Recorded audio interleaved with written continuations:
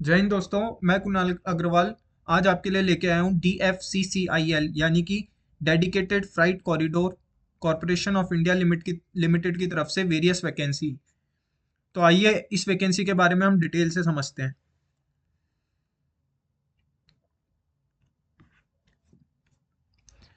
तो सबसे पहले ये जो वैकेंसी है ये आ रही है DFCCIL की तरफ से। DFCCIL एक तरीक कम DFCCIL है जो आता है रेलवे मिनिस्ट्री के अंदर। हमारे जो रेलवे मिनिस्ट्री है हमारे उसके अंदर आता है DFCCIL। ठीक है। अब इसमें जो वैकेंसीज आई है वो हमारे लिए आई है 10th पास वालों के लिए, डिप्लोमा होल्डर्स के लिए जिन्होंने 3 इयर्स का डिप्लोमा कर रखा है यानी कि 3 साल का डिप्लोमा कर रखा है। किस किस में? या तो सिविल में, या फिर इलेक्ट्रिकल में, या फिर सिग्नल एंड टेलीकम्युनिकेशन। अब ये जो डिप्लोमा है ये कई मतलब स्ट्रीम में हो सकता है, जैसे कि सिविल में ट्रांसपोर्टेशन वाले भी अलाउड है एंड मैनी मोर। ठीक है, ऐसे ही सब में अलग अलग चीज़ें हैं। और एक हमारे पास आई है जूनियर मैनेजर की जूनियर मैनेजर की पोस्ट आई है, लेकिन उसमें हमसे मांग रहे हैं CA। ठीक है। इसमें जो हमारी जो एग्जीक्यूटिव की पोस्ट है जो डिप्लोमा होल्डर्स मांग रहे हैं, इसमें B Tech and M Tech both eligible है। तो आइए इस पूरे नोटिफिकेशन को समझते हैं। सबसे पहले ये जैसा कि मैंने आपको बताया रेलवे मिनिस्ट्री के अंदर से निकला है। इसकी जो इंपॉर्टेंट डेट्स है सबसे पहले हम उसकी तरफ जाते हैं। इंपॉर्टेंट डेट्स में सबसे पहले हमारी स्टार्टिंग डेट, जो फॉर्म स्टार्टिंग डेट है वो 18 जनवरी 2025 से होगी, और जो फॉर्म क्लोजिंग डेट है वो 16 फरवरी 2025 होगी। तीसरा है हमारे पास करेक्शन विंडो की डेट, यानी कि अगर हम कोई भी दिक्कत हो जाती है, हमने कोई गलती कर दी है फॉर्म भरने में, तो हमारी 23 फरवरी से 27 फरवरी तक हम फॉर्म में करेक्शन कर सकते हैं। चौथा है जो हमारा एग्जाम पैटर्न होएगा वो होएगा 3 स्टेजेस में। मेजरली 3 स्टेज है: CBT 1, CBT 2, then PET। Majorly 3 है एंड देन उसके बाद एक मेडिकल भी है। ठीक है। अब ये जो PET है ये only only and only MTS यानी कि जो 10th लेवल की जॉब है उसके लिए है। ठीक है। तो जो CBT 1 उसकी टेंटेटिव डेट क्या आई है, ये डेट्स जो है वो टेंटेटिव है। तो CBT 1 की टेंटेटिव डेट है अप्रैल 2025, CBT 2 की है अगस्त 2025, ये भी टेंटेटिव है। और जो PET है वो अक्टूबर या नवंबर 2025 में होने की संभावना है। टेंटेटिव मतलब संभावना है, इसमें वेरिएशन भी हो सकता है। अब देखते हैं हम कौन कौन सी पोस्ट निकली है। तो सबसे पहले हम इसको बाइफरकेशन करते हैं। हमारे पास जैसा मैंने आपको पहले भी बताया कि हमारे पास जो DFCCIL में 3 पोस्ट निकली है: जूनियर मैनेजर की, एग्जीक्यूटिव की, और MTS की। ठीक है। तो जूनियर मैनेजर की में तो मैंने जैसे आपको बताया कि CA मांग रहे हैं। ठीक है। एग्जीक्यूटिव में डिप्लोमा, या फिर और आपके पास बीटेक की डिग्री हो, या फिर एमटेक की डिग्री हो, या ये कह लें बीटेक प्लस एमटेक दोनों की डिग्री हो तो भी चलेगा। ठीक है। और MTS में हमसे मांग रहा है 10th प्लस ITI। ITI कहीं से भी हो सकती है, NCVT से भी हो सकती है, SCVT से भी हो सकती है, लेकिन 1 साल की होनी चाहिए।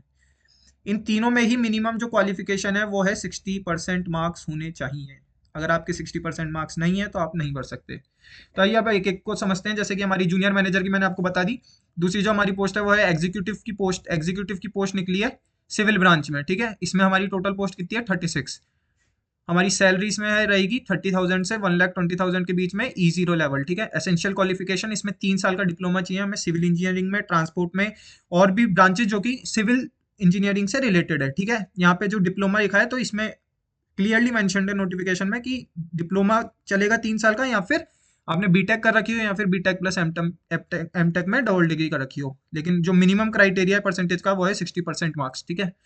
दूसरी निकली है सेम हमारी सेम लेवल पे executive but in electrical branch. इसमें हमारी पोस्ट टोटल कितनी है? 64। इसमें भी वही हमसे 3 साल का डिप्लोमा मांग रहा है, चाहे हमारी इलेक्ट्रिकल एंड इलेक्ट्रिक कम्युनिकेशन हो, पावर सप्लाई में हो, इंस्ट्रूमेंट एंड कम्युनिकेशन में हो, इंस्ट्रूमेंटल इलेक्ट्रॉनिक्स में हो, पावर इंजीनियरिंग हो, पावर सप्लाई इंजीनियरिंग, यानी कि जो भी ब्रांच जो कि इलेक्ट्रिकल से रिलेटेड है उन सब में आपका या तो 3 साल का डिप्लोमा हो, या फिर आपने बीटेक कर रखी हो और एमटेक कर रखी हो, एंड मिनिमम परसेंटेज इज 60%। तीसरी हमारी निकली है एग्जीक्यूटिव में ही सेम लेवल की पोस्ट है, सेम सैलरी, लेकिन ये ब्रांच कौन सी है? Signal and telecommunication. इसमें हमारी पोस्ट निकली है टोटल 75, और हमें इसमें भी 3 इयर्स का डिप्लोमा चाहिए, या फिर बीटेक हो हमारे पास, या फिर एमटेक हो, लेकिन फील्ड कौन सी रहनी चाहिए, सिग्नल एंड टेलीकम्युनिकेशन से रिलेटेड। ठीक है। जो हमारी चौथी जो निकली है पोस्ट, वो है एमटीएस की, यानी कि मल्टीटास्किंग स्टाफ। मल्टीटास्किंग स्टाफ में सबसे ज्यादा वैकेंसी निकली है हमारे पास 464 वैकेंसीज, यानी कि पूरे नोटिफिकेशन में जो सबसे ज्यादा वैकेंसी निकली है वो 464 एमटीएस की ही निकली है। इसका हमारा जो लेवल पे रहेगा वो N1 लेवल पे रहेगा, और हमारी सैलरी रहेगी 16,000 से 45,000 के बीच में। 16,000 से स्टार्टिंग होगी हमारी जो, और हमारे एंड कहाँ पे होगी, 45,000 पे। लेकिन इसमें हमारी जो एजुकेशनल क्वालिफिकेशन मांगी है वो हमको 10th के साथ 1 ईयर की अप्रेंटिस कर रखी हो हमने, या फिर आईटीआई कर रखी हो, ये कंपलसरी मांगा है। ठीक है, यानी कि आपके पास 10th और आईटीआई दोनों की हुई होनी चाहिए। आपका ये नहीं चल रहेगा कि मतलब हमने 10th कर रखी है तो हम अप्लाई कर सकते हैं क्या, तो इसका सीधा सीधा आंसर है कि नहीं, अगर आपने 10th के साथ आईटीआई कर रखी है तभी आप अप्लाई कर सकते हैं। और इसमें भी हमारी कंडीशन है कि हमारी जो आईटीआई में मार्क्स है वो 60% से कम नहीं होने चाहिए, मतलब कि मिनिमम 60 तो होने चाहिए। अब हम आगे बढ़ते हैं क्वालिफिकेशन की तरफ, यानी कि कौन कौन इसे अप्लाई कर सकता है। तो जैसा कि मैंने आपको बताया कि सारे डिग्री होल्डर्स, डिप्लोमा होल्डर्स, लेकिन ये डिग्री और डिप्लोमा जब भी जिसने भी कर रखा हो, वो जो हमारी क्लोजिंग डेट है यानी कि 16 फरवरी 2025 से पहले पहले आपके इन हैंड होनी चाहिए। इन हैंड मतलब आपके पास जैसे डिग्री है तो डिग्री आपके आ गई होनी चाहिए, डिग्री रिजल्ट आ गया होना चाहिए आपके पास डिग्री इन हैंड होनी चाहिए, या फिर डिप्लोमा आपने किया है तो डिप्लोमा का रिजल्ट आपके पास इन हैंड होना चाहिए। Same age for B Tech and M Tech कि आपके पास इन हैंड होनी चाहिए डिग्री। ठीक है। अब हम बात कर लेते हैं एज की। तो जो जूनियर मैनेजर के लिए एज है वो है 18 से 30 साल।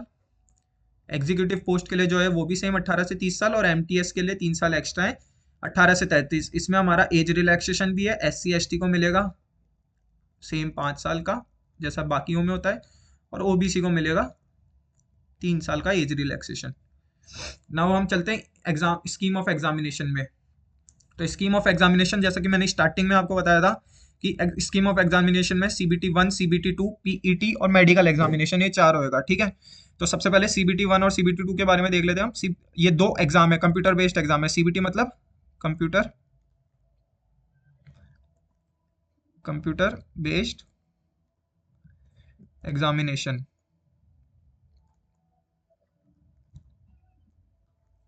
कंप्यूटर बेस्ड, एक मिनट, एग्जामिनेशन। ठीक है। अब जो CBT 1 है उसमें हमारे टोटल आएंगे 100 क्वेश्चन। CBT 1 में कितने आएंगे, 100 क्वेश्चन। और CBT 2 में कितने आएंगे, 120 क्वेश्चन। ठीक है, मैं इसको वापस लिख देता हूँ। जो CBT 1 है हमारा, इसमें आएंगे हमारे 100 क्वेश्चन। ठीक है।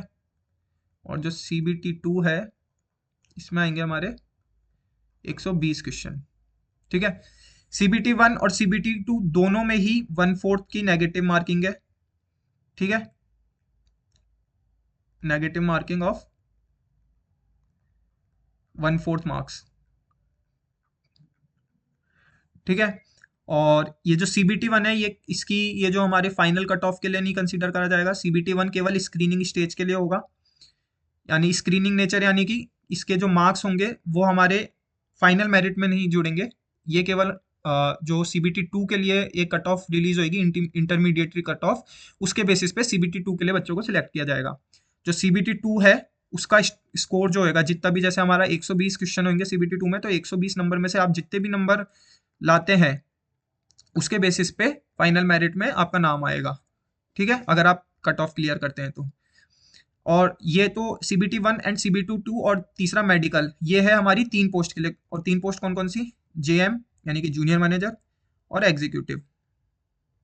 एग्जीक्यूटिव तीनों में आ गई, सिविल, इलेक्ट्रिकल और सिग्नल एंड टेलीकम्युनिकेशन। लेकिन जो MTS की पोस्ट है उसमें एक टेस्ट और ऐड हो जाता है। CBT 1 होएगा उसमें सबसे पहले, फिर CBT 2, फिर एक PET और होएगा। PET मतलब फिजिकल एफिशिएंसी टेस्ट। ठीक है, और फिर हमारा मेडिकल। ये केवल MTS के लिए है। ठीक है। और ये है हमारा जूनियर मैनेजर, ये इन तीनों के लिए, जूनियर मैनेजर और एग्जीक्यूटिव, सिविल एंड इलेक्ट्रिकल, और MTS में भी ये इंक्लूडेड है। ठीक है। अब PET में क्या होएगा, PET में मेल्स और फीमेल्स दोनों का अलग अलग है। PET में मेल्स के लिए 2 टास्क है। पहला टास्क है कि हमें 35 kg का वेट 100 मीटर की दूरी को कवर 35 kg का वेट उठाकर 100 मीटर की दूरी कवर करनी है 2 मिनट के अंदर, पहला टास्क ये। और दूसरा टास्क ये है कि हमें 1000 मीटर की रनिंग यानी कि दौड़ कंप्लीट करनी है 4 मिनट 15 सेकंड में। ये तो है मेल्स के लिए। फीमेल्स के लिए है कि उन्हें 20 kg का वेट उठाना है 100 मीटर तक 2 मिनट के अंदर। और जो 1000 मीटर की जो है रेस वो कंप्लीट करनी है 5 मिनट 40 सेकंड के अंदर। तो ये है फिजिकल एफिशिएंसी टेस्ट। अब हम देख लेते हैं CBT 1 का हमारा एग्जाम पैटर्न क्या रहेगा। तो CBT 1 का एग्जाम पैटर्न कुछ इस प्रकार है। मैं बताता हूँ आपको। CBT 1 के एग्जाम पैटर्न में 5 सब्जेक्ट आ रही है हमारी मेनली, मैथमेटिक्स या फिर NA मतलब न्यूमेरिकल एबिलिटी, NA मतलब न्यूमेरिकल एबिलिटी, ठीक है। दूसरी आ रही है हमारी GA, GA मतलब जनरल अवेयरनेस, और GS मतलब जनरल साइंस, ठीक है। तीसरी सब्जेक्ट है हमारी GS। चौथी है रीजनिंग या फिर GI, GI मतलब होता है हमारा जनरल इंटेलिजेंस। और पांचवी हमारी knowledge related to DFCCIL। DFCCIL होता है dedicated freight corridor for Indian railway, Indian railways के लिए होता है। तो इसमें क्या होता है मतलब कि डेडिकेटेड फ्राइट कॉरिडोर बनाते हैं, जैसे कि मालगाड़ी जा रही है तो मालगाड़ी के लिए पर्टिकुलर अलग रेलवे की लाइंस बिछी हुई है कि उन लाइंस पे केवल मालगाड़ी ही चलेगी, ताकि कोई दूसरी ट्रेन उनको स्टॉप ना कर सके, या उनका वो जल्दी से जल्दी कवर कर सकें, कोई इंटरप्शन ना हो, ठीक है। और नॉलेज रिलेटेड टू रेलवे। तो मैथमेटिक्स के जो हमारे टोटल क्वेश्चन आएंगे वो 30 आएंगे, जनरल अवेयरनेस से 15, जनरल साइंस से 15, रीजनिंग से 30 क्वेश्चन, और नॉलेज रिलेटेड टू रेलवे से 10 क्वेश्चन, जिनका टोटल हो जाता है हमारा कंप्लीट, इनको ऐड करेंगे तो 100 क्वेश्चन। तो CBT 1 में हमारे टोटल कितने आएंगे 100 क्वेश्चन, ठीक है। और फिर इसके बाद जो भी होगी इसकी एक इंटरमीडिएटरी कट ऑफ निकलेगी, जो कि हमको एलिजिबल करेगी अगर हम उसे क्लियर कर लेते हैं तो CBT 2 के लिए। इंटरमीडिएटरी कट ऑफ निकलेगी जो हमको एलिजिबल करेगी CBT 2 के लिए, ठीक है। अब CBT 2 का जो हमारा एग्जाम पैटर्न होगा उसमें हमारे 120 क्वेश्चन आएंगे, जो कि रिलेटेड होंगे हमारी ब्रांच से। ब्रांच से मतलब कि क्या हो गया, सिविल वालों के लिए सिविल से रिलेटेड क्वेश्चन आएंगे, इलेक्ट्रिकल वालों के लिए इलेक्ट्रिकल से रिलेटेड, सिग्नल एंड टेलीकम्युनिकेशन का सिग्नल एंड टेलीकम्युनिकेशन से, MTS का MTS वालों से रिलेटेड, यानी कि नॉर्मल क्वेश्चन सारे, मैथ्स इंग्लिश रीजनिंग हिंदी, और सॉरी इंग्लिश, जनरल साइंस और वो सब जो भी रहता है हमारा। और फिर उसके बाद जो हमारी जो जूनियर मैनेजर की बची उसका CA से रिलेटेड, क्योंकि वो लीगल ब्रांच के लिए आया है, ठीक है। और फिर हमारे पास इसमें टाइम कितना है 120 मिनट, यानी कि 1 मिनट हर क्वेश्चन के लिए मान सकते हैं हम, ठीक है। अगर हम एवरेज टाइम निकाले तो 1 मिनट एक क्वेश्चन पर क्वेश्चन दिया है उन्होंने हमको। और इसमें 1/4 की नेगेटिव मार्किंग रहेगी सेम। और इसमें कोई भी अगर मान लो कि जैसे पेपर आया उसमें एक से ज़्यादा सेक्शन आते हैं, तो हमारी कोई भी सेक्शनल कट ऑफ नहीं जाएगी। सेक्शनल कट ऑफ से मतलब क्या हो जाता है, जैसे मान लो ये पेपर है एक, ठीक है, इसमें 4 सेक्शन है A B C और D, ठीक है, ये A B C D। तो क्या होता है सेक्शनल कट ऑफ का मतलब कि आपको ए पार्ट अलग से, जैसे मान लो ए में 100 है और इसकी 25% सेक्शनल कट ऑफ है, तो आपको इसमें 25 मार्क्स तो लाने ही लाने होंगे, नहीं तो आपका ये सेक्शन में ही आप फेल हो जाओगे। चाहे आपने ओवरऑल ओवरऑल मान लो आपकी गई कि 100 में से 90 कट ऑफ गई, ठीक है, और आपने इन तीनों को मिला के 90 लिया है, ठीक है, लेकिन इसमें आपके आए नहीं, इसमें आपके 5 नंबर ही आए मान लो, तो जब भी आप फेल हो जाओगे। क्यों? क्योंकि आपने इसकी सेक्शनल कट ऑफ क्लियर नहीं करी। इसकी सेक्शनल कट ऑफ कितनी थी 25 मार्क्स, तो आपको 25 चारों में लाने ही पड़ेंगे। तो इसका मतलब ये है। लेकिन इस एग्जाम में ऐसा कुछ भी नहीं है, इसमें सेक्शनल कट ऑफ जैसा कुछ भी नहीं है, नो सेक्शनल कट ऑफ। इसमें हमारी ओवरऑल कट ऑफ ही देखी जाएगी, यानी कि आप जितने भी 120 में से जितने नंबर लाओगे, जैसे मान लो आप 120 में से 110 लाए, तो अगर आपकी कट ऑफ क्लियर होती है तो आप फाइनल मेरिट में आपका नाम आएगा, ठीक है। तो ये था हमारा ऑल अबाउट DFCCIL एग्ज़ाम। बहुत ही अच्छी वैकेंसी आई है। पिछली बार भी ये वैकेंसी आई थी, जब भी काफ़ी अच्छा इसका प्रोसीजर रहता है, कम से कम 8 से 10 महीने में आपका रिजल्ट आ जाता है और आपकी जॉब जो होती है आपकी इन हैंड होती है। तो be prepare for that, who all clear the qualifications and मतलब जिनके पास भी डिग्री वगैरह है और जो भी एलिजिबिलिटी फुलफिल करते हैं और जिनकी एज है यानी कि 18 से 30 या 18 से 33 साल के बीच में है, जनरल वाले, तो वो ज़रूर अप्लाई करें। So thank you, this is all about DFCCIL exam. Thank you so much.